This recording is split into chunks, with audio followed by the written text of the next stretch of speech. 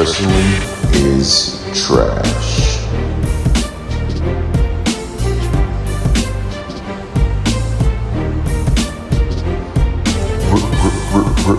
Wrestling is trash.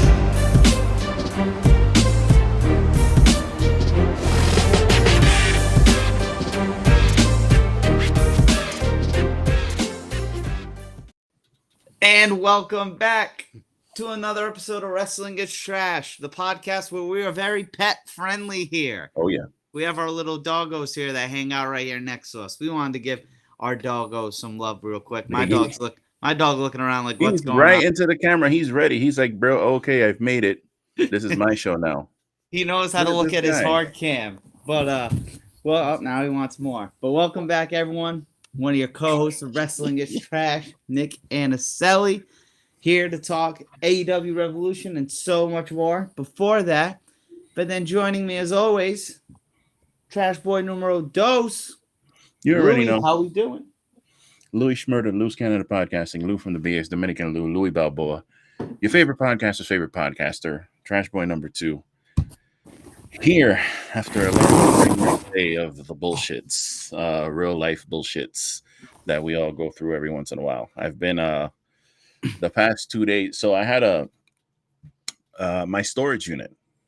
I have a storage unit with all my shit, which is not a lot of shit because after I got divorced, I basically had it's a U-Haul, but not like a actual U-Haul. It was like one of those like mini buses, like the van. Yeah. I ended up renting one of those, and it literally had like 6 bags of clothes and a couple frames and some other knickknacks and shit. That's all I had when I left after my divorce. So I moved here with my brother. He's very gracious to let me stay with him. So all that shit didn't fit in this room, so I got a storage unit. Long story short, when I got the fucking storage unit, it was $79, which is fine. It's cool. I got a letter the other day that they're like, oh, due to increased costs and blah blah blah, we're increasing your unit to $144 a month. Damn near doubling it. Right. I was like, dude, you're doubling it. So I actually called her. I was like, yeah, so are you guys are you making it bigger? Like, are you knocking one of the walls down in the other unit to like make mine bigger, or like what's happening here?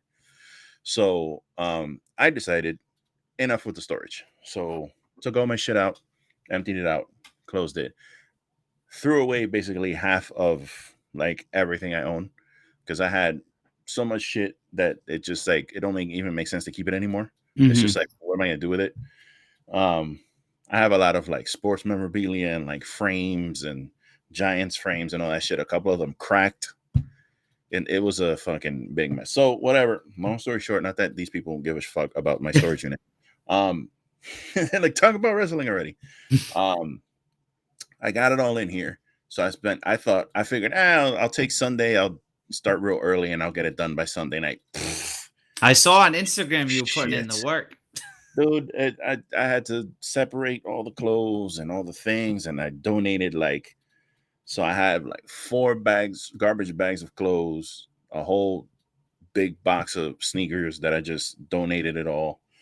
And then I had to move everything else around in here, move the guns and the safe and all this shit to make everything work. So I spent all Sunday doing that shit. Monday I went to work.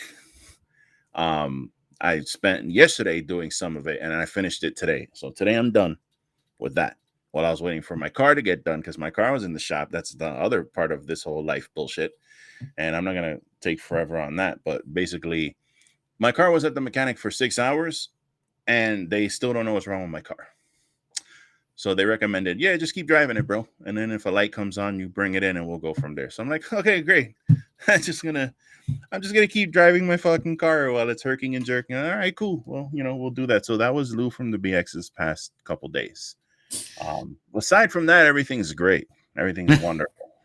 Nah, I definitely feel you on the moving aspect, dude. I fucking hate moving. Even if it's little things like that, it's never convenient. It's never easy. Yeah. It's also, it's going to take 30 minutes and it takes like 3 hours. It's never going to take as long as you think it's gonna. It's always going to take longer, dude. Yeah, it's I know you as a military man, you've moved many times. Yeah, and it's always a headache. I have moved so many times. I think I've moved more than any of my friends have ever moved. We moved from New York to over here. Since I've been here, I lived in like 9 different places and several different parts of Florida. Um, the last time that I really moved was when it was the last time I moved with my ex-wife, and we had, get this, we had 3 dogs and 3 cats. That's on, yeah. So in her car, she took Bailey, Olivia, and I think Deeb, which was one of the, we named one of the, I named the cats. So one of the cats' name was Nia Jax, the other one was Serena Deeb, and the other one was Roxy.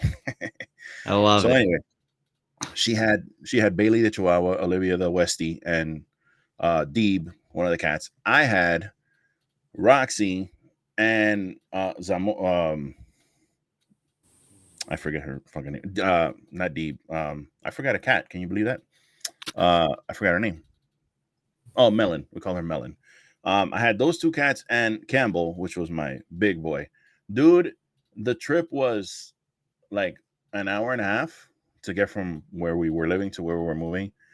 And I had to put the cat in a fucking cardboard box because we didn't have enough carriers for all these fucking animals. Yeah.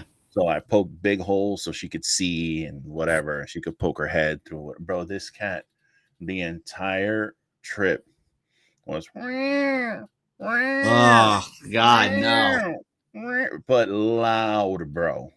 To the point where I was like punching the cardboard box, like, shut the fuck up. Like, she like drove me that crazy. And we had an entire U-Haul full of shit. And because my ex-wife was a piece of shit, I loaded it up by myself, drove it over there. And when we got there, she went into the apartment because she was exhausted. And I unloaded the entire fucking U-Haul by my goddamn self. So yeah, fuck that noise. This is why I am no longer married. One of the many reasons. So you do with that information what you will, kids. Yes, absolutely. And but you know, the kind of transition to our first news, and I kind of want to hit what you said there. You can in life, you can preach things over, Right. over and over, and no one's gonna listen, or I'm gonna be good, and then they're not. But bringing that into the wrestling world, according to the Wrestling Observer newsletter, Jeff Hardy's DUI case is now closed. Jeff Hardy's license is suspended for 10 years, 2 years with an interlock device, and then a 90-day vehicle impoundment, and then court-mandated DUI school or drug hab program. And he was sentenced, I think it was like 38 days, but had credited 38 days. So technically had a sentence, but obviously he doesn't have to fulfill it. So kind of saying Jeff Hardy's a guy who's always said, I'm going to be good, I'm going to be good, I'm going to be good. And the first time I truly believed it personally was when they came back, him and Matt came back to the Hardys. Hardy came back to the Hardys. Back to the WWE in 2017. They both seemed a lot more mature, head on their shoulders. He had I think like 2 incidents in that return. Only 2. Yeah, I think he had 2 in 4 years. And then he gets to AEW. You think, all right, cool. You know, maybe he just wasn't happy. Now he's back with his brother, creative freedom, like all this. I think he lasted, like 3 months in AEW until this happened? And then instantly suspended. So how do you take this? What do you see? Do you see him coming back to programming soon? Do you think, well, I guess he has to go to the rehab. And I'm like, when do we see him back? I guess just to make it. My thing with him is like it's difficult because on the one hand, when I was typing that up, I just wanted to shit on him because it's like, bro, you a grown ass man, bro. Like you a grown ass man. You got a wife, you got kids, you have a brother who loves you, who sticks up for you all the time. Like, can you who got on the street? Your head, like take your fucking head out of your ass, bro. Put the bottle down, you know. But it's easy to say that to someone, but you don't know their circumstances. You don't know molecularly what their body's craving. You know what I mean? That shit goes down to like the molecular level with some of this shit. Like addiction is, it's not just a name you put on something. An addiction is you are literally fucking addicted to this thing and you can't stop. Yeah. I have a food addiction. That's where all this comes from. Every week I seem to get a little bit bigger. And Yeah, it's we like love it. I try different things, but dude, I like eating. What can I tell you, bro? It's an addiction. I don't. Speaking, I have to cut you off quick. Sorry. I know Yeah, I no. saw you commented on Top Dollar. We're not a Top fan of his dollar. Yeah, in-ring work, but I all the need that credit to him. regimen, man. He posted on his Twitter to people. Oh So you yeah, have to, yeah, you yeah. got to check Top out. dollar posted a progress picture, and I was like, "Yo, drop that regimen in there, dog. Drop the food regimen. Drop the exercise regimen. We need that shit." But again, But yeah, sorry, I know I saw you no. said that on Twitter. I had It's to cool, throw it bro. out there. It's cool. Again, I don't want to get too long-winded, but I wanted to shit on Jeff Hardy, but at the same time, it's like, he's going through shit, but at the same time, like he got a slap on the wrist, bro. Yeah. The only thing I'm gonna say about this is, look, this is it, bro. Like the last time this happened, he went on the Stone Cold podcast or whatever, and he was like, I feel like this is my last chance. No. Well, okay, dude. Like it happened again. With Like, a different company. This guy's been through his house fucking burned down, dude. He's been in crashes. He's been drunk in restaurants. Like this guy, The Sting incident. dude, this is it, bro. Like you're not like a lot of people are upset because they feel like he got a slap on the wrist. Dude, take this as like a gift from God, bro.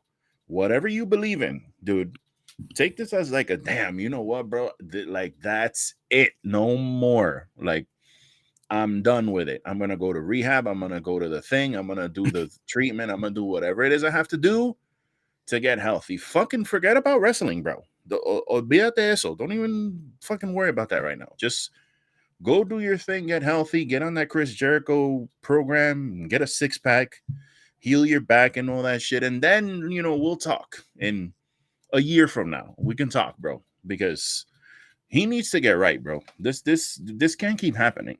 Like it just can't. He's gonna kill somebody one day, bro. Yeah, and once you do that, that's it. Yeah, he's got nothing to prove either. First ballot Hall of Famer.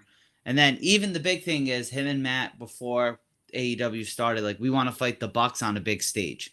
That happened at Double or Nothing. So the big match he wanted in AEW instantly happened. Unless he's really dying for an AEW singles run, like he's done everything there is to do in this business. Like, dog, take care of yourself. Yeah. And he's got the most like loyal fans. Cause I know like we have our like people who wear like, that's our guy or girl.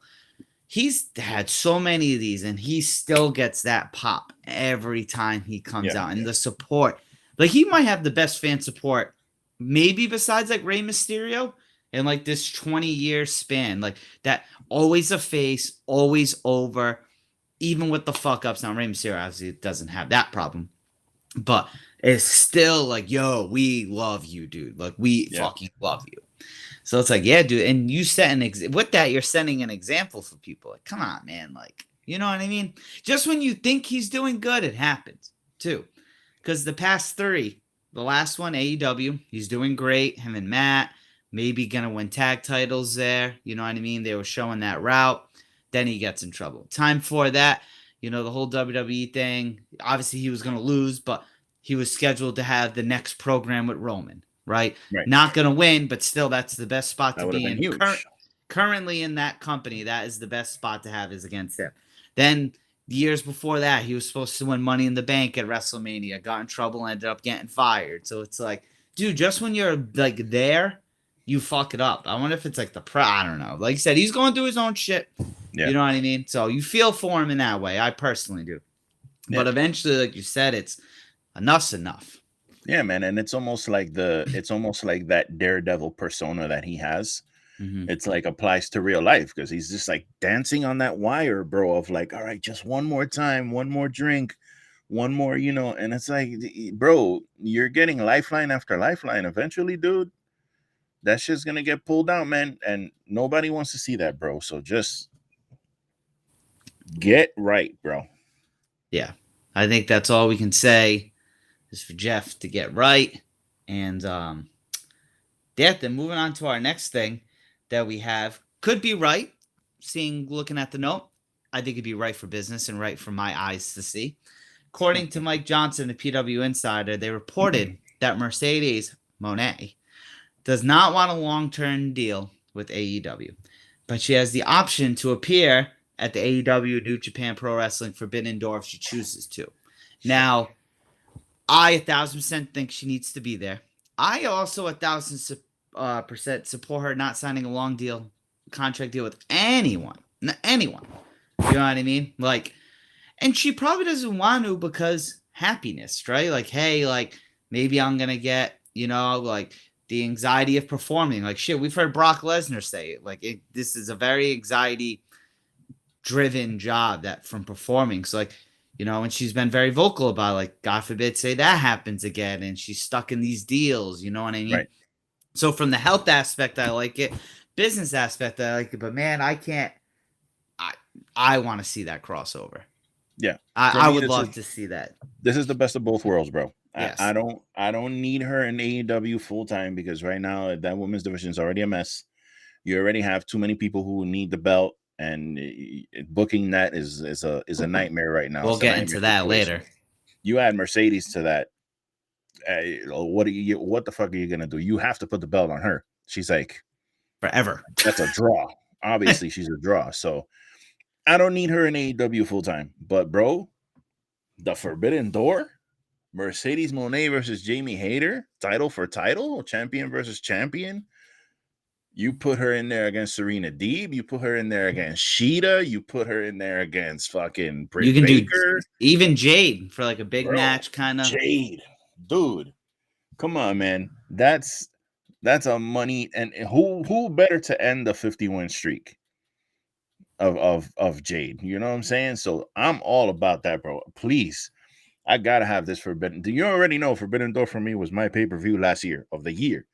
So I'm and the way New Japan's going this year and the potential AEW has, that could very well be pay-per-view of the year again. Yeah, they need to. Dude, I'm excited at the prospect of seeing her on a Forbidden Door card. Super excited. And you know what it is? And I understand why any wrestling company, but Tony here, because we're speaking AEW, wants a long-term deal because you want her. Yeah. But dude, like, what if you just like offered like a 3-year, even if it's because AEW has 4 shows a year, right? Right. What if you even sign? Now, I don't know how contracts work, but like, even if you had to, what if you signed her to a 3-year part-time deal where she comes out, say, Double or Nothing, and then goes through the summer to All Out, and then like kind of takes the winter off? Because Double or Nothing, All Out, I'm just thinking that those are their 2 big shows. But you know what I'm saying? Like, and then throw in some New Japan crossovers, like. You still got her locked in. You don't, and I think, like you said, I don't need to see her every week because we've seen her weekly pretty much since 2015 to 2022. Mm-hmm. So 7 years. That's long for a women's wrestler, to be honest. Trish Stratus's run, I think, was only 6-7 years too. She kind of deserves and rates that like part-time schedule, especially because she has so many other outside things. Yeah, dude. But back to the show. Yes, that's what I want to see.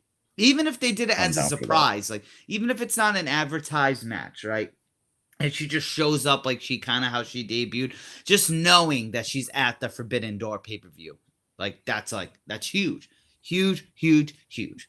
I wanted to look to see, I didn't really have time, but I wanted to like look at when more or less, because I know that there's a date.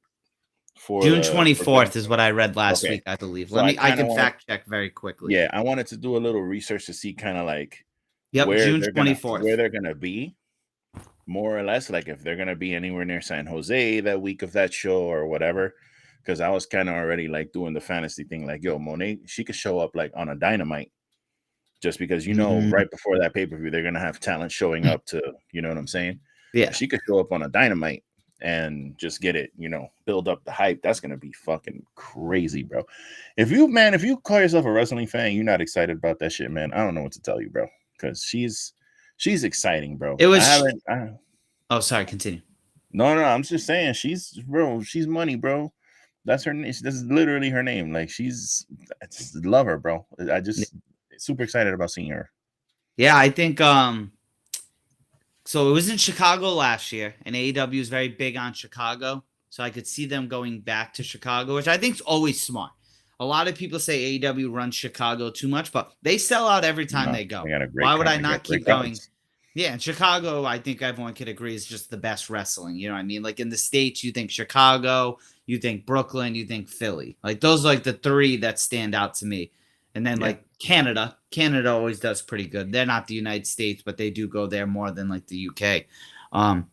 But yeah, dude, like that would just be monsters because she was the first one when they finally did that like give divas a chance thing and they did all the call-ups. She was the first one that just caught my eye. You know what I mean? Because I wasn't really I knew of her in her NXT, but I wasn't watching weekly. But just the kind of person I am, like she's from Boston, so I'm from she's lived everywhere, but she's, billed from Boston. She obviously has lived there for a long time.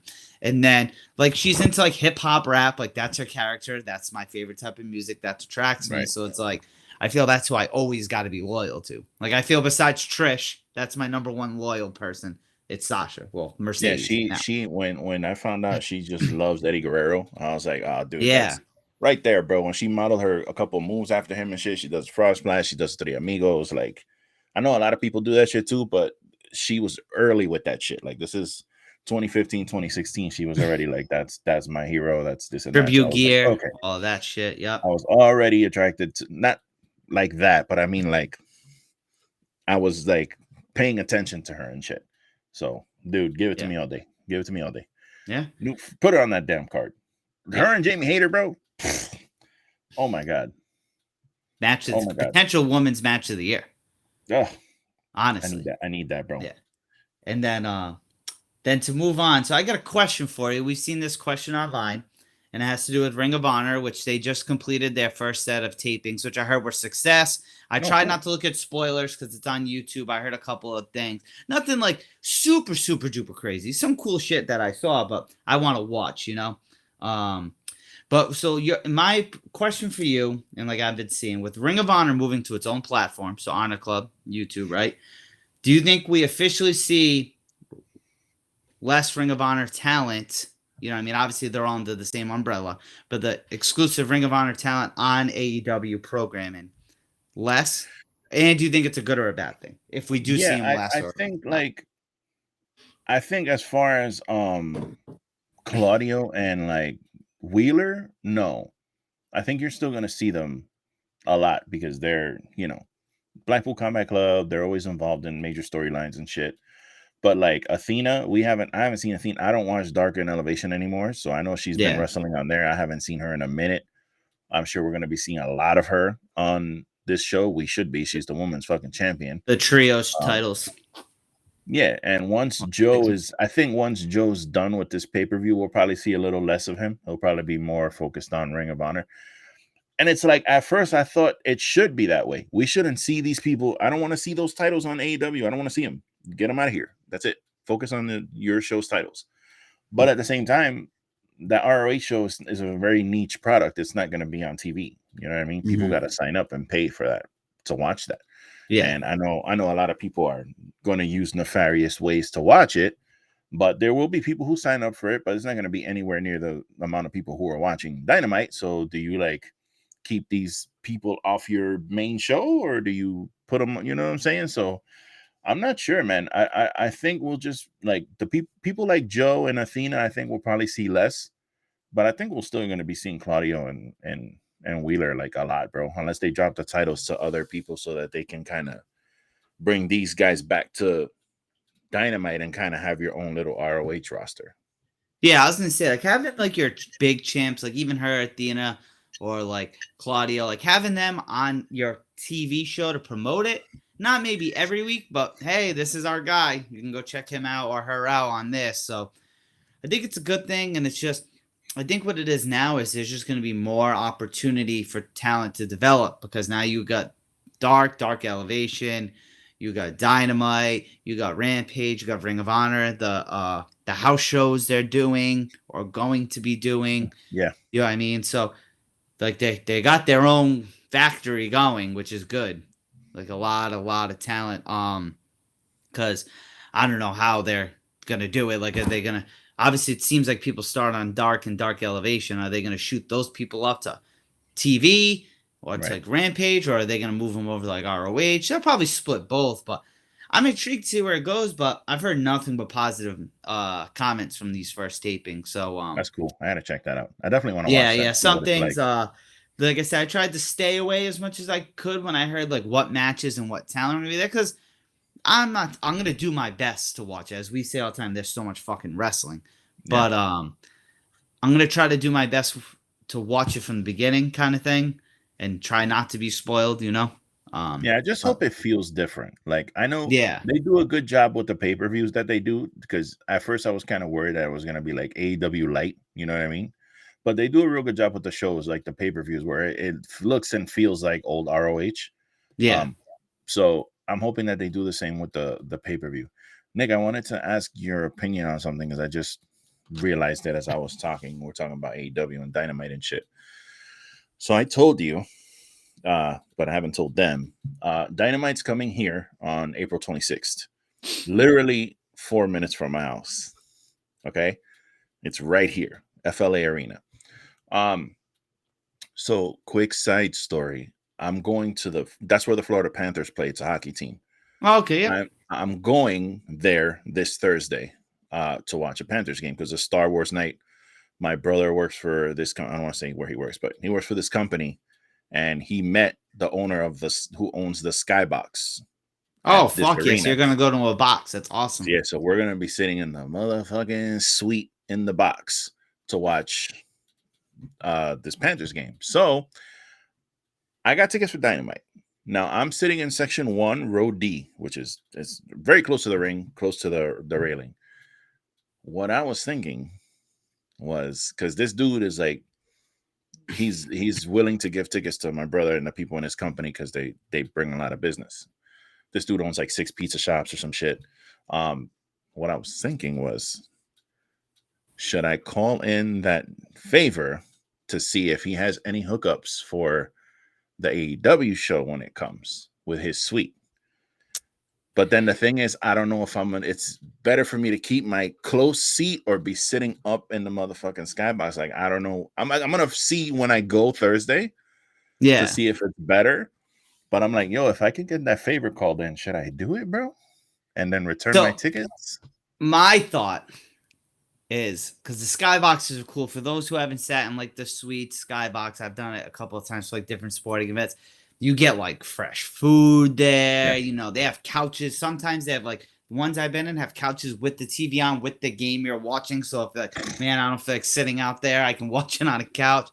Wow. But dude, you have such good seats that it's like the fan like if you were sitting in like not that it's bad, because I sit there. It's the kind of where I sat right now for Dynamite. If you were just kind of like GP, like general pop, I think, you know what, fuck it, call it in. But where you're at, dude, I'd keep that. And you spent the money, so it's not like you already spent it. It's not like you have to make the decision to spend it.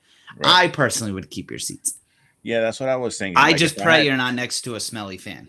I know, bro. Nah, I'm gonna bring I got a little can of Axe spray. Here you go. I will hand it off. Listen, you motherfuckers, if you ever see me at a show and you stink, believe me, I will spray you, bro. Or I will hand you that little, it's gonna be the brown spice Axe. And you'll never forget it, because that shit smells, it's very strong. And I will spray you, or I will hand that shit to you and watch you spray yourself, bro. It's 2023. Nobody need to be stinking at a wrestling show. Yeah. Nobody. But no, I would personally keep them. Okay. Yeah. All right. And then that's what I was thinking. Well, speaking of keeping and sticking on the track of AEW, so we're going to be talking about on the masterclass. So with Dave LaGreca, Mark Henry, Tommy Dreamer, Bully Ray, Busted Open, they had a big conversation about CM Punk and do you keep him? Do you bring him back? Unanimously, they all said yes. But Mark Henry, speaking on it, who, for those of you, if you don't know, Mark Henry is signed to AEW. Not sure exactly what he's doing. I believe he helps like the talent. I know he was helping out like Hobbs and things like that. But I don't know, like besides that, I'm assuming scouting, as we know, he was the one who found. I don't think he's wrestled at all, right? I know. No, I don't think he can. I know Paul White wrestled a few times on Dark. I've seen him wrestle, but not I don't think Mark Henry will. But I know he's great at discovering talent, as we know he found Bianca Belair. But he was quoted saying, he's not a cancer, he's opinionated, which everyone knows that. But he's also a teacher and a supporter. I've seen him do stuff he didn't have to do. He just did it because he loved the business and he wanted to make that wrestler better. I think that he's good for pro wrestling. At the end of the day, he's good for business. He's good for the education of those young wrestlers he took a liking to, as we saw like with FTR. They're gonna have to sit together without Tony. Just just them guys talk it out and not throw hands. I'd love to mediate the situation, which ain't nobody fucking with Mark Henry, injury or not. I ain't fucking with him. Right. My quick thoughts on it is because I listened to that episode. Busted Over was only like 40 minutes on like Apple Podcasts for those who want to listen. LaGreca brought up a good point. Ratings were your highest, consistently over 1 million, if not right under, right there. He is good for the business, but at the end of the day, I don't know who it was. I think it was Mark who said it too. He handled it the wrong way. He could have maybe waited till the end, but to come in with that mindset, this, and this, right? But guys are going to beef. Like, that's life. Yeah, I mean, wrestling, not sports in general. Dudes are going to beef, right? And that's clearly a beef, but like, and people are saying, well, no, don't bring them back because then Kenny and the Bucks are going to leave. Man, Kenny and the Bucks are going to leave if their contract's up and someone offers them more money or they just want to leave. I don't think CM Punk's a driving force into them staying or leaving, in my opinion. Then people are saying, well, Tony's, if that goes, the AEW talent from day one are going to think that Tony's siding with Punk. Like, at the end of the day, I hate saying it because it was on Raw like every week with Triple H when he was a heel, but you got to do what's best for business. And in my opinion, Punk's best for business. Yes, did we all feel a certain type of way? You can probably go back to old episodes and listen of us. Don't care if you see him again, whatever. But like, if I see CM Punk, I'm not going to throw a hissy fit. But if I don't see him, I'm not going to cry. But if I run a business and I can bring him back and try to squash this out, I'm going to try to do it. I guess. Do you kind of agree with that? Do you disagree? Yeah, I'm of the mind that he's coming back. Like, I feel like he's coming back. Because everyone keeps thinking he's not hurt. He's hurt. Yeah. Right now he's still rehabbing or whatever. I know there's a lot of people I follow on Twitter who just every fucking day they seem to want to post CM Punk slander. That's on them. You think what you want. These young whippersnappers on TikTok who seem to think that he doesn't matter can think what you want. But that dude can control a crowd. He can still probably go. I say probably because I've seen him have good matches, but he was hobbled there a little bit at the end. But I think, honestly, that foot thing, he was really pushing it to try to get through this world title storyline, and he fucked himself more by doing that. But, dude, in order to take your company to the next level, you need to have stars. And I'm not saying that there aren't stars in AEW without CM Punk, but like, they have a hard enough time trying to promote themselves, because you know that WWE is like, everyone knows what that is. Good Morning America is going to have John Cena and all that shit. All those shows are going to have WWE people, and they probably have a thing in place where they're like, look, don't get them people from over there or we're not going to do your shit. You know what I mean? That's just how it works. All these big arenas that Raw goes to and all that and generates all this revenue, they probably tell them, you can't have that AEW shit here or we're not coming back. And of course, they're going to abide by that because WWE shows bring in a lot of fucking money, merch and food and concessions and whatever. So you have to take advantage of stars when you have them. And like it or not, people, CM Punk is a star. That is a big name in wrestling. So you don't have to put the company on his back, but you damn sure should have this guy in your company doing shit and being on your weekly TV, bro, because he's money. That's a dude that you need to further your business along. So all these younger guys who, for whatever reason, don't want to listen or feel like they don't need to take heed of anything like that, I don't understand that mentality, because I'm of the mindset that, I've said it before on here, if I was a wrestler, I'd be back there talking to Arn Anderson every day. I'd be back there talking to Jake Roberts every day if I could. I'd be back there talking to fucking Tully when Tully's back there. I want to know everything you know. Tell me, what did you see my promo out there? Did you think I could do a little better? Did you see? Can you please take 5 minutes and watch my dark match and let me know if you see anything I could do? Because come on, bro. That's like if you're fucking a basketball player and Michael Jordan's back there and be like, yo, can you give me some pointers or whatever? You're just trying to get better at the end of the day. So I don't understand this thing where these guys like don't want to listen and don't want advice because they think they've, achieved I'd everything. kind of like, bullshit. I'd like to know who those like certain ones are, to be honest, because remember there was the same reports going around that there were talent there that felt some type of way about like Regal and Bryan Danielson doing like classes all day before like Dynamite. Like, who wouldn't want to listen to them? Yeah. Why would you not want to go to that? Why would you not want to get promo lessons from Samoa Joe or even an Adam Cole or William Regal? Like, why wouldn't you want to do that? Like, I don't understand. So yeah, the fact that he says that CM Punk was back there doing that and kind of mentoring some young guys, it's honestly, bro, I've been turning on this whole CM Punk thing over the past few months. Like, we watched that freaking documentary on YouTube, man, and that shit just made me want to see CM Punk back. So that, definitely is swaying me. But I'm just like, I've turned the corner on him being gone. Like, I whether he goes to WWE or AEW or whatever, I think this guy should definitely come back to something. And then, to finish it out too, it's just like in business, in life, there are people you might not like, right? And there are obviously talent there who probably don't like him for what happened. That's understandable, right? But if this dude's there, like, you know what I mean? This is a guy who left this business for 7 years. And yes, they could be obnoxious at times. CM Punk chants. Not just in Chicago. You go to Evansville, Indiana, you're hearing CM Punk. Now, granted, those are kind of close, but you know what I'm saying? It's like he has that. So it's like, I might say I don't like you, right? For an example, right? Say I don't like you for some reason. But yeah, I know there's beef in the Trash Boy. But you're a genius in this certain topic I'm trying to learn. Like you or hate you, I'm going to listen to what you have to say because you're successful at something. Right.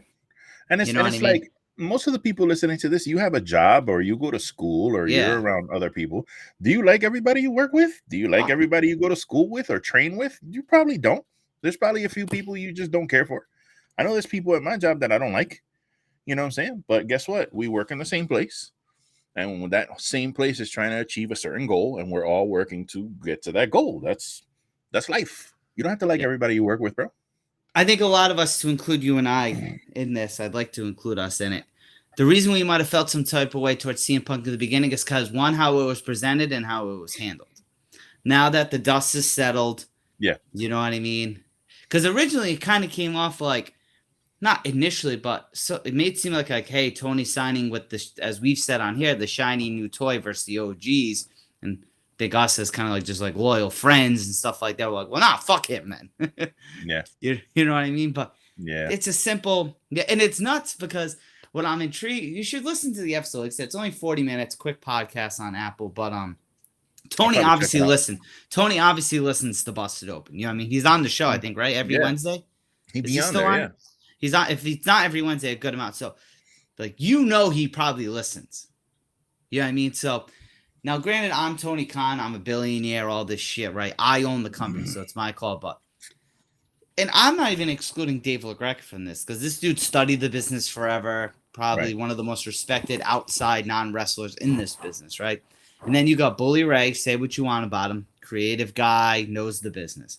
Mark Henry, he works for you. And then Tommy Dreamer, I think everyone's got respect for Tommy Dreamer. He's done creative. He's done behind the scenes. If they're all saying yes, it's kind of like, not saying, oh, listen to Busted Open, because they're always right. But you know what I mean? Yeah, it's just those are OGs in wrestling. Like they, and again, it's then starts that culture clash shit of like old versus new. Nah, you old guys don't know shit. It's a new day. Yes, it is. It's a new time and it's new things and new that. And I can understand that. But like, from what I understand, Hangman was one of those people who was like not looking to talk to people or not looking not to get like advice. And it's like, bro, like, I like you. Like, you know what I'm saying? Like, I like Hangman, but please don't tell me you're that dude, like that you're shunning advice from, like, come on, bro. Bro, I keep repeating myself, but dude, somebody like Jake Roberts, like if I'm somebody like Jungle Boy and I know that my promos are like shaky because everybody tells me like my promos are shaky, and when I go to YouTube comments about my videos, I see a bunch of people talking shit about me about my promo, bro. I'm looking around back there and I'm seeing fucking Lance Archer and I'm seeing Jake Roberts and Arn Anderson and these people. And I'm like, you know what, bro? Maybe they can help me. Yeah. I don't know. They cut pretty good fucking promos. Let me go talk to one of them. Like, why wouldn't you want to do that, bro? And it kind of, the Hangman one only rubbed me the wrong way because it's like, he's been phenomenal in AEW, obviously, right? We kind of mediocre title reign, right? Wasn't the best, right? Good matches, but the in-between was whatever. I think we can agree to that. I wouldn't say mediocre because I remember we talked about this when it was happening, and it was like every week he was putting on bangers, but people were still saying he was like the title reign was weak, which I didn't even understand. I think it was more of the storylines, maybe. I'll take that. Could have been. There was something with it, but he was like every week he was wrestling and having bangers. But we were all still like, this title reign is kind of whack. It wasn't making any type of sense. Probably because we knew what was coming with Punk, and it was just like, all right, is it going to happen? I think there was an anticipation there, yeah, for sure. Yeah. But then just to move on real quick to our last news story, we won't spend much time on this, seeing as this is a heavy AEW show. We're going to be diving into the Revolution card. Just a big thing, because we've talked about this and made plenty of jokes, is WrestleMania, the length of it. I went, myself and old B-Rob, went to the last one night Mania. That was like 7 hours long. Then they went to 2 nights with COVID. Well, to sum it all up, reportedly Triple H wants a smaller WrestleMania card. And some people are yes, no, yes, no, yes, no. I think yes. The reason being is because the last WrestleMania card that was not like, all right, now we have to put everyone and their mother on it, was WrestleMania 31. If you guys remember, pretty successful WrestleMania, the Roman Brock, probably the best match they've had out of the bajillion they had. Yeah. Daniel Bryan, at the time, won the IC title in that great ladder match. Even The Rock and Ronda Rousey, little promo thing. Rusev coming out on the tank with Cena. Bray Wyatt and Taker. Taker's first match since then. Even Randy and Seth had to go in. How could we forget Sting's in-ring debut in WWE, right? It was a good Mania. A lot of people say the best, right? And I get it. You want to get all your shit on there with all your titles and all that stuff. But at the end of the day, WrestleMania is the Super Bowl. And not everyone can make it to the Super Bowl. And not everyone should make it to Mania, right? I think he wants to scrap both Battle Royals. Cool with it, right? Like, whatever. But I'm a fan of it. I'm all about, like, definitely have the US title out there. Definitely have the IC title defended, right? Have all your titles defended, which they, get both women's titles. We saw last night new women's tag champs. I imagine they're probably going to defend those at Mania, but it's like, you don't need 3 different battle royals and all this. The only match that I thought about that could be added to maybe get some talent on there, and I hate saying it because Money in the Bank's in July. So not Money in the Bank, but what are your thoughts before you give me your thoughts on the WrestleMania card thing? What if they did like an interpromotional, so between both shows, like an 8-man ladder match and winner gets the title on the next like title shot. Kind of like how AEW does like the Casino Battle Royal. Like, hey, it's not going to be at SummerSlam, but at Backlash, which is the next pay-per-view. Okay. Like, how would you feel about that before you give me your thoughts? Like, hey, you want to get some people on there, like maybe a Ricochet or an LA Knight who maybe I'm with you on that thought process. But listen, bro, not everybody's going to be on WrestleMania. I'm sorry. We just can't do it. We have a lot of people on this fucking roster. It's already 2 nights. We can't. The reason we did 2 nights is so that we wouldn't have these goddamn 6 or 7 hour long pay-per-views. So now what? We're going to have 2 nights and both nights are going to be 7 hours. No, we can't do this. We can't. Like, it's too much. So I'm of the mind of a smaller card is perfect.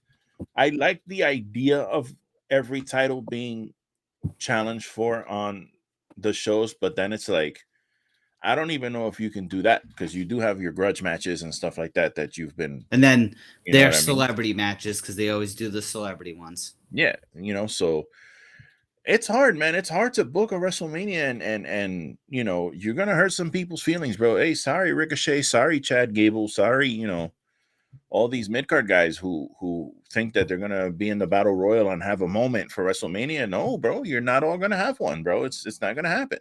It's just WrestleMania is the Super Bowl of wrestling. It really is, and only the top of the top should be on the card.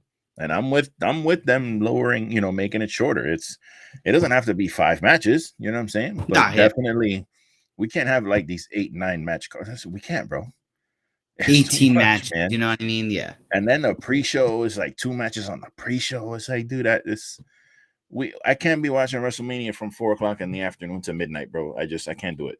It's too much.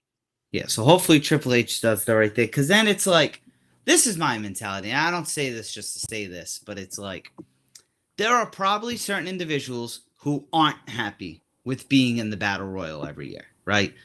And I'll say a Ricochet. I bet you he probably wants more. Maybe because I'm biased because I like him. But there are probably some people like, hey, fuck it. Yeah, maybe next year I'll try better. There are definitely people who, if they scrape a lot of matches, will be motivated to try to do more. Now, at the end of the day, they can't control everything. It's not like football and basketball where you work your ass off, you get better, you win games, you go. This, at the end of the day, it's the power of the pencil you know what I mean? But you can still do your own thing to get yourself noticed more. Yeah, and I think especially I saw an interview with Triple H where we talked about it before, where he said there's wrestlers everywhere. There's wrestlers. We have a bunch of wrestlers on our roster. We have a bunch of great wrestlers on our rosters. But I'm looking for stars. Like I'm looking for the John Cena's, I'm looking for the Undertaker, I'm looking for the Rock, the Stone Colds. That's what he's looking for out of when you get all these people. And I think something like this, where you take WrestleMania and you shorten it, and you're like, sorry, you just don't make the cut. In that, I think you would find where you're gonna have your people who are just like, fuck it, well, maybe next year. Yep. And you have those people who are like, all right, bet. This year, I'm gonna fucking be on this card next year. Like, those are the guys you want to find. Those are your next top guys, like your top dudes. Those are the ones you want to find. So maybe if you do that, you'll motivate these people hidden on your roster who otherwise, if they're in the Battle Royal, they're just kind of like, oh, yeah, I was on WrestleMania. I pointed at the sign. I was there. Like, you know what I mean? Yeah. And it's like the perfect example of that. Like you said, people like that. And this superstar wrestler is in potential to get a push. You keep bringing is Gunther, right? This dude, hell of a run in NXT. A lot of people are skeptical. Yeah, he's a little chunky. What's gonna happen? My man's hit the gym. Looks fucking pause, no homo. Looks in phenomenal shape. Then he gets the other challenge of Gunther. Everyone's like, oh, fuck this. No one even cares about his name anymore. Yeah. Very long IC title reign. On TV every week, banger of matches, set the record for the Royal Rumble, and probably gonna have a banger of a triple threat with Sheamus and Drew McIntyre at Mania. Oh yeah, you know what I mean. So it's like that's who you want. People like him though. Yeah, and there's speculation that he's gonna be getting a world title run soon. I don't know about soon, but once they do this whole bloodline shit, there's rumors that Gunther is the next one. He's gonna be the next big monster fucking heel that gets the title run. So. That shows you somebody who goes out there and works super hard. You know what I mean? I think we said this, so correct me if I'm wrong, but I think like if you do the 2 title split, now I know we said Seth's but I think if not Seth, Gunther's the next perfect person in line, especially because you got Cody on the face side. Now on SmackDown, you have a heel champion of Gunther. You know what I mean? Like, so dope. I'd be so dope to see him as world champion, man. That'd be fucking super dope. I think if he keeps up whatever he's doing, because obviously he's having great matches, great promos, and impressing everyone in the back.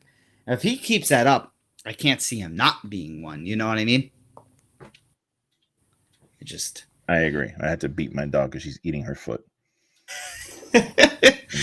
Oh, God. Well, one thing we won't be doing is eating our feet this weekend when we watch this pay-per-view, because now we're going to speak about what we're here to do. As you know, we always dive into the news first. But now we're going to dive into the card.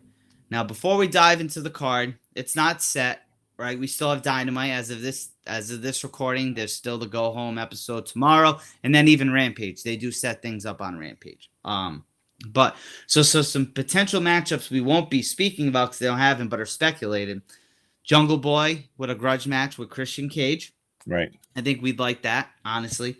Jade Cargill defending the TBS title. I want to see it because we're big fans of Jade here, and let's keep it a buck. She usually has the best cosplay, you know what I mean, and gear. Oh yeah, she shows off for pay-per-views. Yep, and dope entrances. And then Orange Cassidy defending the AEW All Atlantic Championship while he brings it to the ring in a backpack, which Lou and I hate. I had to throw that out there. We absolutely fucking hate that shit. So annoying, bro. And it's such a beautiful belt, bro. It is. Keeping it in a fucking book bag. So annoying. Yeah. But moving in, going to the card that we have here, we're going to start from the bottom and work our way up. This is not the match order, as we would like to say. Right. Nothing set in stone. But first up here, another kind of grudge match. Absolute Ricky Starks going up against Chris Jericho with the JAS banned from ringside. Right. I very much enjoyed this storyline. The only thing that kind of threw me for a loop, but I'm one of them who won't bitch about it. I just look past it. It's just who I am. I don't take it that serious. Is Ricky Starks already beat him, and he had to go through hell to fight him again. That's the weird. Only thing I didn't like because it just literally didn't make sense. But I like Ricky Starks, one of my favorite upcomers, and obviously I think everyone loves Chris Jericho just from everything he's done. I like that they're not banned from ringside. I wouldn't be shocked if there's some shenanigans, as Rob would say, and they make appearances. The father of this podcast. Yep. But I'm gonna go with Ricky again in this one. I don't think Jericho takes it here. I think it's gonna be a good match. I think this would be a great match to start the show too. I know you have it listed as one. I think it would be. What are your thoughts? So I'm assuming since you didn't bring it up, you didn't hear the little wrinkles with this match. So when they first announced it, it said Ricky Starks versus Chris Jericho, and everyone's barred from ringside. That was what they put out. Yes, yep, I remember seeing that on Dynamite. They changed it to now it says the JAS is banned from ringside. So I didn't think much of that until I saw a report that Jericho filed a new trademark from the past. He got the trademark, and that trademark is Jericho, which is the name of the tag team that he used to have with the Big Show, Paul White, who is now currently in AEW. So it's very weird timing that he decided to file for that trademark right before this pay-per-view. Because Paul White's been on record saying that he wanted to come back in March. So March is tomorrow, everyone. Yes. So, seeing as how Ricky won already, I'm just going to have to assume that there's going to be some sports entertainment shenanigans happening here where Ricky Starks is going to be taking a big fat L in this match. And I don't agree with it, but the storyline's already weird enough because it's like, hey, I beat you, but I want to wrestle you again. Yeah. And it's just, I don't know. I'm going to have to go with Jericho because it's just, it just seems like to be lining up. Weird is going to happen. Yeah. So now let me ask you, obviously it seems like I wouldn't like that ending either, but say Jericho wins and it's not some Jericho shit, like a Jericho shit. Say he just wins. Like, you cool with it then? Or do you still want like Ricky going over?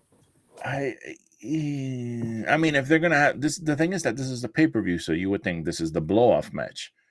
So, you know, it doesn't really matter how many times Jericho loses. He's Chris Jericho, bro. He's done it all. Like, it's he could lose every day. You know what I mean? So I don't feel like he's a dude that's gonna be like, I need to win this one because I don't think he's like that. When I saw that Jericho shit, I was just like, I facepalm, and I was just like, "Oh my god! All right, well, let's assume that doesn't happen. And if Jericho wins, then I guess they're just gonna keep continuing this thing on because I'm assuming it wouldn't end there. They're gonna have to do the third match, and then Ricky would go over. You know what I'm saying?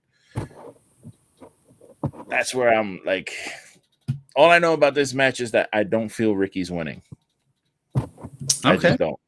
Hey, I got you down for Jericho, and I got me for I even thought since Jericho's wrestling Peter Avalon on Wednesday, I even thought that they're gonna have Pretty Peter Avalon in the Jericho Appreciation Society. Like I thought he would end up interfering on the pay-per-view, which honestly they should do, because Pretty Peter Avalon is fucking hilarious. He's also a really good wrestler. He is, and I think he fits perfectly in that fucking group. So yeah, I never thought about it, but it is. And then moving on to the next one, which we know this next one. Once I say the first, this is gonna be a lot of blood. I was gonna say, there's one thing I can guarantee about this: somebody's bleeding. Yep. So I'm gonna have you go first, but in a Texas death match, we got Jon Moxley going up against Hangman Page. They've had some great matches. I witnessed one at Dynamite. It was a fucking banger of a match. So you already know it's going to be banger and blood. 2 Bs are happening in this match. What do you got? I am going to go with Hangman Adam Page in this match. I think Hangman's going to win. And I think we're going to see a heel turn with the BCC. I think it's you have this group, and they're good guys for no reason, because they do bad guy shit, but they're like, you even saw Wheeler doing heel shit with freaking what's his face, he was doing heel stuff with Orange Cassidy. Oh yes, yeah, when they were and doing the thumbs down and all that bullshit, and crowd was starting to boo him. So I wouldn't mind seeing them go heel, because it actually makes more sense for them to do that. And I just think Hangman is on an upswing. Moxley's like what, 40 something or 50 something in like 4. Like he just won. I think the other day they said. But then he won his 100 match. Yeah, he won his 100 match against. He's like 106. Yeah, it's like, you know what I'm saying. Losses for him, they don't mean shit, bro. It's like he's established. He's one of the most over guys in wrestling. Like, and since it's a Texas death match, I was assuming that was kind of why I was going with Hangman, because it would kind of suffer him to lose his. It's like a match based on like his whole shtick there, his whole cowboy shit. You know what I mean? Literally cowboy shit, Texas. It's gonna be a good one though. This is this is another one I think that'd be insane to open. I don't think it will, but I think it'd be a great one to open too. Yeah, I'm definitely intrigued to see where they go with this for sure. Yeah, it was iffy on this card because you guys know I go to the movie theaters to watch these pay-per-views because it's only $25. And I was kind of iffy on this card. And once I saw it like fleshed out, I was like, you know what? I opened up my app and I was like, yeah, let me buy these fucking tickets real quick, bro. Because I want to go to this shit. I want to see this shit on a big screen. Yeah. You can't beat that, man. That shit's so much fun. Yeah, that's going to be a good one. And then another one where you're going to see big, meaty men slapping meat. Oh, yeah. Samoa Joe. For Wardlow to get his belt back. Yep. Samoa Joe defending his TNT championship against his rival, Wardlow, with his new haircut. I'm going with Wardlow here. I think Wardlow's got this.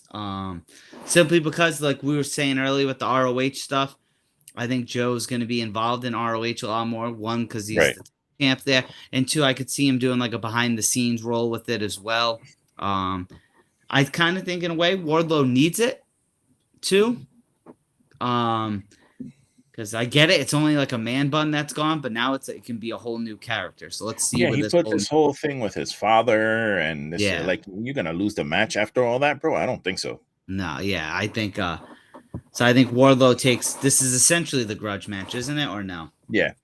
So basically it is. Yes, it's gonna be the blow up. I think this is one. I don't think that's gonna go too long. 10 minutes, would you say? I don't think. I would say, yeah, because Joe. Joe does like to get beat up a little bit. So it's going to be interesting because the way they book Wardlow is like he's just a machine of destruction, and he just goes in there and fucking powerbomb for 15 minutes. So it's like they're not going to do that with Joe, obviously. So I'm expecting to have a real good match, but I'm expecting Wardlow to take his belt back. That way Joe can focus on, even though I like this king of television shit that he's doing. It's kind of cool. But, yeah, it's not much more Joe can do with it. Give the belt to Wardlow so that we can start, give him a proper run with it, so we can start passing this belt along to, like, somehow, some way we'll get it on Willie Hobbs. From here, we'll somehow get it on Willie Hobbs. That's my goal. That should be your fucking champion, bro. What they should do is have we'll get to MJF later, but they should have because spoiler alert, I think MJF is going to retain.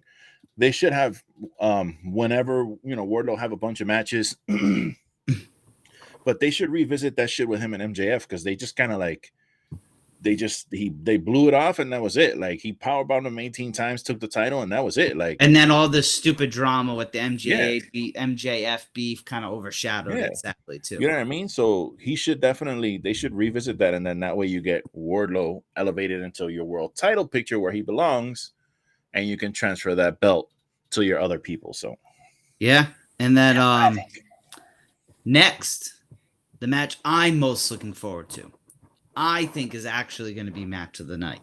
I'm looking forward to them entrances. Something we on this show have preached we've wanted to see. And it didn't take them long. Even though the group that's challenging, we thought both, I think we both agreed on this. I know I said at least should have been the first ones. But the AEW World Trios Champions, the Elite, are defending against the House of Black. Storyline was not bad for this. It did kind of come out of left field in a way, but I'm not mad because I've wanted to see this for a minute. But this might come off as a wild card pick, but I think House of Black takes them. I'm going with them also. I think House of Black takes this. I think this is match of the night. Like you said, the entrances are going to be insane. I think the match is going to be insane.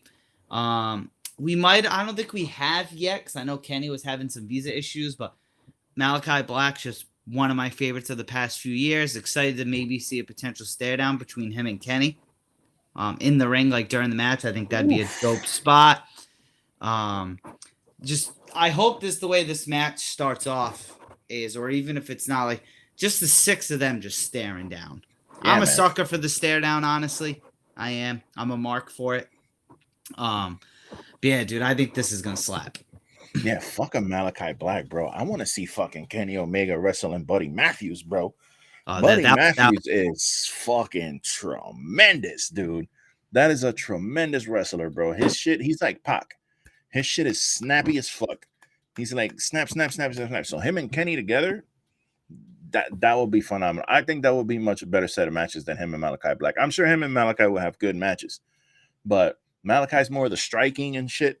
Mm-hmm. And Buddy's more like the technical flippy type shit that Kenny likes to do. So I think they would be. I think they'd have. Watch at some point in that match, the two of them are gonna get a couple minutes to like go back and forth. For sure. It's gonna blow the fucking building off. I'm gonna go with House of Black too. I think it's. Listen, what else can the Elite do with these titles? Yeah, they had the best of 7 series. They won them back. They're the first 2-time trios champions. Like.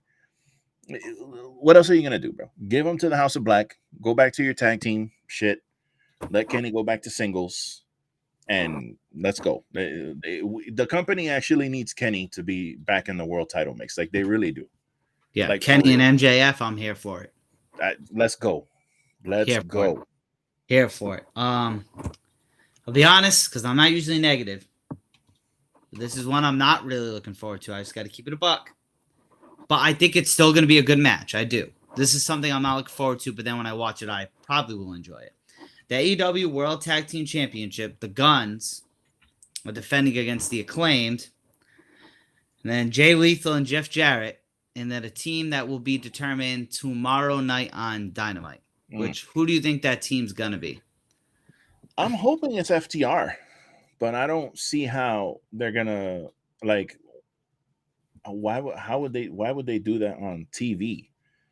I mean, I don't know. I would think I thought that the to be announced thing was gonna be like at the show. They were gonna kind of do like a surprise tag team. So we'll see. I'm hoping it's FTR, and I'm hoping that FTR wins this. So I'm gonna put here that I think FTR is gonna come back and win. Because this ass boy shit, like great for them. I'm happy for these young guys that they got the titles, but them holding them titles don't even look right, bro. They don't even look right. Well, you can put me down for them retaining. Oh, shit. Okay. Because one thing I've noticed with AEW, unless it's been like punishments, which I'm a fan of, this isn't a gripe, they don't really have short title reigns. Yeah. And these dudes just won. And the way I look at it is this is March, Double or Nothing's in May. So maybe they'll hold it. But I don't know. Something's just telling me the Guns got this. Wow. Yeah, I think the Guns retain.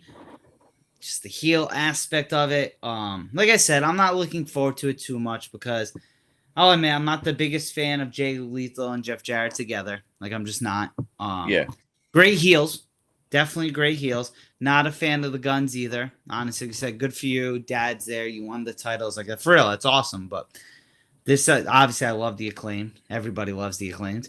Yeah, unless you know, Daddy Ass is gonna do some nefarious shit and go back with his sons and they retain. I could see something like that. That would be awesome. That'd be a good way for them to retain, though. Them just retaining will still be all right, cool, but you know what I mean. Yeah, because I always find it's kind of fucking weird how your dad, like, it's so weird. It's such a weird storyline. Like these guys, they come up with their dad, and then their dad goes and runs off with this other tag team and leaves your fucking own kids to, you know what I'm saying? Like, what a father! So weird. Then they're beating their dad's ass like last week, attacking him from behind and shit, and punching him in the head. It's like, what the fuck? What is going on, bro? So weird. Yeah. And then next, a triple threat match. Oh my god! Yep, I was waiting for Lou because I know this one's gonna Lou. It's if I had to guess, so please correct me if I'm wrong. First off, the end of the match, Jamie Hayter, which I think's retaining. You can put me down for retaining.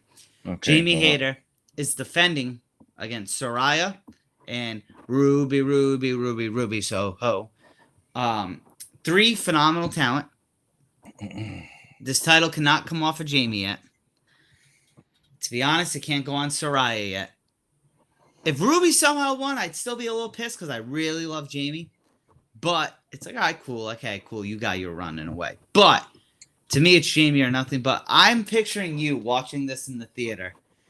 And because we get into wrestling, as everyone knows, like we can be theatrical as we watch. I could picture like, say Saraya gets a close 2 count and Jamie kicks out or Ruby kicks out, and you're just like, ooh, like relieved. Like I see you getting very into this one. I'm gonna tell you something right now. When I saw Ruby Soho come out, and I was like, oh my god, they're making it a triple threat. No. When I saw Ruby, I was like, fuck. Saraya is going to pin Ruby and win the title and not pin the champion. And that's going to be their way of protecting Jamie while taking the fucking title off of her and putting it on the bigger name, Saraya. No, absolutely not. If they do this, I'm going to lose my fucking shit in that theater. I'm going to be fucking really upset. Okay? Because in no way, shape, or form should you be taking this belt off of Jamie Hayter right now. Not when you got Mercedes Moné around the corner coming in here to possibly participate in another pay-per-view, bro. That pay-per-view, I would say that Forbidden Door is probably going to do a bigger gate than this pay-per-view if you have Mercedes on there. Oh, God, yes. And if you have fucking Ospreay and fucking, you know, all the other guys, Shibata comes out because Shibata potentially Punk back. You might have Punk, someone involved in this shit. You got fucking Kenta, he's healthy. Dude, you cannot, you can't do it. Please don't. We're both pulling for Jamie. I'm trying to put all the positivity I can on her because she's just listen to the reactions when she comes out, man. Come on, bro. And I know Saraya's probably back there like, listen, we'll put the belt on me for a little bit. And no, bitch, no. Yeah, no. I could picture her or others saying with Mercedes potentially right, Tony? Coming. Put the belt on me for a little bit, huh, Tony? The jacket? Is that what you're doing? Yeah. Like, you like my jacket, Tony? Nah, bro. We're not doing that, bro. We're not doing that. That's got to be the clip. We're not doing this, bro. We're absolutely not. I'm not. No. Just no. I don't want her. And I don't even have anything against Saraya because when she showed up, I popped. I was like, holy shit, this is fucking pretty cool. But come on, man. You can't take the belt off of Jamie Hayter right now. That's an example of I have a shiny new toy and I want to play with it. Yeah, just not yet, bro. Yeah, not yet. Maybe definitely later. In the future, just not now. Yeah. Maybe later. Like, I wouldn't be opposed to like later, you know, fucking her and Britt Baker make some kind of thing where Britt turns on Jamie, and Yeah. then you put it on Soraya, and then Britt can feud with Jamie for a while. Okay, but like later, not now. Yeah. Do that shit down the line. And then one thing that you and I, because you said it, and I'll say mine, that is not going to happen right now, is MJF losing his AEW World Heavyweight Championship against Bryan Danielson in a 60-minute Iron Man. I love this because we're probably going to see some really cool shit from the wrestling aspect, storyline aspect, all that shit, right? But then I sit here and think, fuck, an hour, and these shows are long as it is. I know. Lou's got work in the morning. That's why I like this card the way it is, man. Because even if they, like, I know Jungle Boy and Christian Cage is being set up, you know, on Dynamite, but that shit just might end up on the pre-show, which is kind of fucked up because, you know, you can't put any of these other matches on the pre-show. You just can't. You can't put any of the. You ain't putting Ricky Starks and Chris Jericho on a pre-show. Jericho's not doing a pre-show. Your Moxley's not going on a pre-show, and everything else is a title. So it's like, you know what I mean? You kind of want Jade on your show, but honestly, she doesn't really have to be on the show. She's not. She could be on the pre-show. Honestly, I would. They haven't done a big build for her. But I wouldn't. I'm not a fan of putting your champions on the pre-show, though. No, I agree. But if you have maybe All Atlantic, you know, he could be the last match on the pre-show, like the main event of the pre-show or whatever, to kind of sell the pay-per-view. Like, okay, but don't do that to Jade Cargill, bro. Don't disrespect her like that, bro. If anything, they can probably squeeze her into the pay-per-view, but then again, it's like you're squeezing her in. Yeah, and you shouldn't be doing that. You should be giving her a proper build. But anyway, we weren't even talking about that. Yeah, I feel he's gonna retain, and I just the 60. I think he needs to. It's gonna fly. Yeah, the 16 minutes are gonna fly, bro. Because you know they know how to pace the match. Danielson's already a pro at this shit. MJF is phenomenal. I'm just excited to see 60 minutes of like fucking wrestling, technical fucking wrestling, bro. That's what I want to see. That's just going to be dope. Yeah, honestly. And overall, I'm just really excited for this show. So as you know, I'm leaving in a couple of days, but I get to my destination before the show. Destination. So yeah, literally. Call me Ruby. So I got to figure out. You kind of know a lot more, so I got to do some digging on how to watch from there. I have to figure that out. I might have to fork up the money. Actually, dude, well, I'm not gonna say where you're going, but I think you have Fight over there. I think you can get it on Fight over there. I don't know. I might need some help. I might need you to do some help with me and research this. Yeah, because you can't get it on Fight here, but you can there. Yeah, it's a weird thing they have set up or whatever. Yeah. So you might be able to do I guess. And then before we go, I, as you know, are military for the fans who listen and the viewers. So I will be gone for a few months, but have no fear. The podcast will still be here. I probably will not be around this upcoming week. Lou might do a solo show or someone himself, but with work and everything like that, we've already talked about it. Might come different days or different times sporadically, but it will still be happening. At least give myself a week or two. But we will still be pushing out content. This is not the end. It is not the end. We will still be doing these. My goal is literally to only miss this next week's show. And even then, I might be able to get it. But this upcoming next week's the goal, the only one to miss. Other things might pop up. I might have to miss from time to time. But the goal is still miss next week and then be back then. Yeah, this is Wrestling is Trash. Has been here before me.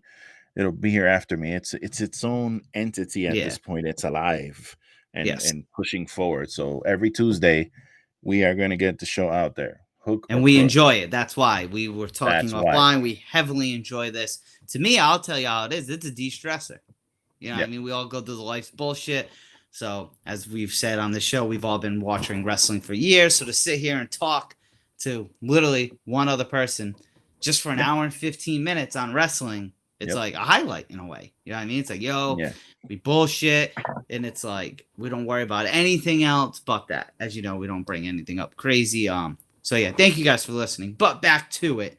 I think it's gonna be a great show, and I'm looking forward to watching it. Yeah, again, I've yet to see a bad AEW pay-per-view. Yeah, exactly. So every time that I think that it's probably not going to be great, it ends up being fucking over exceeding the expectations. So yeah, like I said, I looked at the card and I was like, I gotta go. I have to. So sleep be damned. I'll get home, take a nap. I'll take a nap before the show and then go see the show, come home, sleep my 4 hours and go to work. It's all good. Yep, and then sleep all day Monday. You can skip Raw. Yep. I promise you won't miss anything. Yeah, I'm not gonna miss anything. You won't miss shit. Well, actually, next week John Cena, but yeah. Yes, I might have to watch that just so he can come out and. But you already know he's either gonna start the show or end the show, so you're good. No, he's gonna start it for sure. Yeah, he's gonna start that show in Boston. He's gonna start the show and he'll be doing his thing. He's going to the motherland, so. Yeah. I think that's gonna do it for us because our friend Lou here is a busy man. Quick plug: he's gonna be hopping on our show. Carl, Mr. DJ Carl Bird, who comes on here time to time, has his own show, Codex Prime. Lou's gonna be a special guest tonight. So he has that here in like the next 20 minutes or so. So before you go and listen to Lou and the boys on that, where can they find you? You already know Lou from the BX. You can go to the Everything Podcast on Instagram. From there, you hit the Drum.io link in my bio, and you find all the links to the delicious content. Everything from the Everything Podcast, the Wrestling is Trash, to the merch, to just everything. I have a blog on WordPress. I got all kind of shit on there. I'll be honest with you, I haven't put out a actual one of my podcasts in a couple weeks, so I'm gonna knock one out on Friday for you guys so I can get back on the ball because I've been busy with this show. This show right now for me is everything. So but I will be pumping out an episode of everything. I was gonna say Everything is Trash. We gotta mix those shows in somehow one of these days. That's a good idea. But yeah, Everything Podcast on Instagram. From there you'll find all the information you need to hit up your boy Lou from the BX. Awesome. But most importantly, you know to follow me, follow the name on Twitter and Instagram, but follow the show on Twitter at Wrestling B Trash because of character restrictions. Wrestling B Trash. We pump out the episodes there. We pump out the YouTube, the audio versions there. From time to time, we tweet just about the live shows, but mostly to pump out content. Instagram at Wrestling is Trash. Lou runs that, posts some phenomenal clips from the episodes on there and so much more. But most importantly, follow us on YouTube at Wrestling is Trash. Like, subscribe, share, comment, the whole 9. Please. Like I said, as I always say, it's kind of like my one thing. I always say how long we've been listening and talking. We've been going for the past 1 hour, 17 minutes, and 37 seconds. Comment. Say what up. You ain't got to give thoughts even if you don't want to. We want your thoughts. But if not, just say what up, boys. You know what I mean? Or let us know what day of the week your trash gets taken out. Right? Yes. Let us know. Get involved.